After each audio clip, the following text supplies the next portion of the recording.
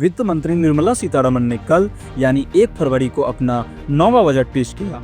यह budget financial year 2027 की आर्थिक दिशा तय करेगा। सीतारमण के भाषण के बाद से ही लोग बजट में ढूंढने लगे, इसमें महिलाओं के लिए क्या है, किसानों के लिए क्या है, मध्यम वर्ग के लिए क्या है, आदि इत्यादि। लेकिन हम बात करेंगे कि इस बजट में जेन ज़ी यानी नए युवाओं के लिए क्या है। नमस्कार, मेरा नाम है ऋषभ और आज बात करेंगे कि बजट में सरकार ने जेन ज़ी के लिए कितना ख्याल रखा है। वित्त मंत्री निर्मला सीतारमण ने कहा कि यह बजट युवाओं को भी ध्यान में रखकर बनाया गया है। उन्होंने बताया कि इसमें विकसित भारत यंग लीडर डायलॉग से मिले सुझाव शामिल हैं। बजट 3 बड़ी जिम्मेदारियों पर टिका है। इसका मकसद लोगों की उम्मीदें पूरी करना और उनकी काबिलियत को बढ़ाना है।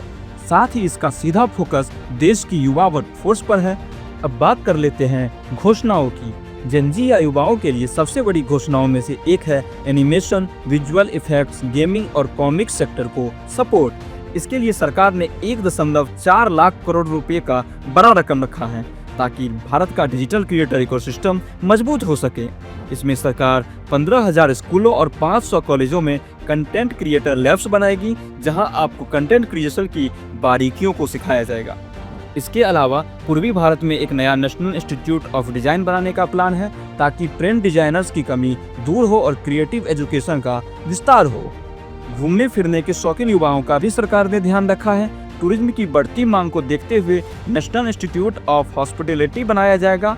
इसके अलावा कल्चरल और हेरिटेज साइट को मैप करने के लिए डिजिटल नॉलेज ग्रिड आएगा।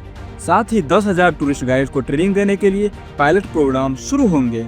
कई राज्यों में इको फ्रेंडली ट्रैकिंग साइट्स बनेंगे। इससे रिसर्चर्स, कंटेंट क्रिएटर्स और दूसरे लोगों के लिए नौकरियां पैदा होंगी।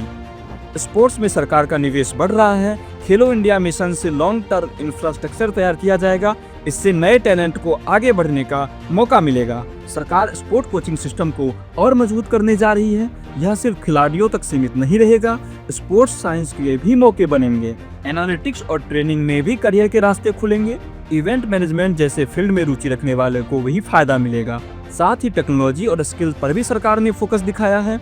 इसके विस्तार के लिए एक हाई पावर वाली कमेटी बनाई जाएगी।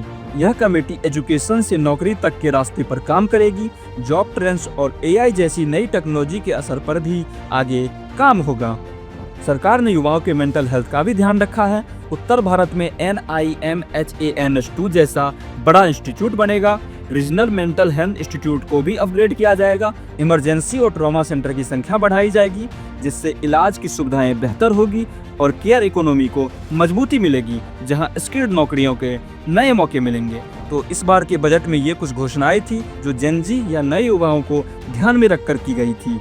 अगर आपको ये वीडियो पसंद आई हो तो हमारे चैनल को सब्सक्राइब करें, वीडियो को लाइक करें और शेयर करें।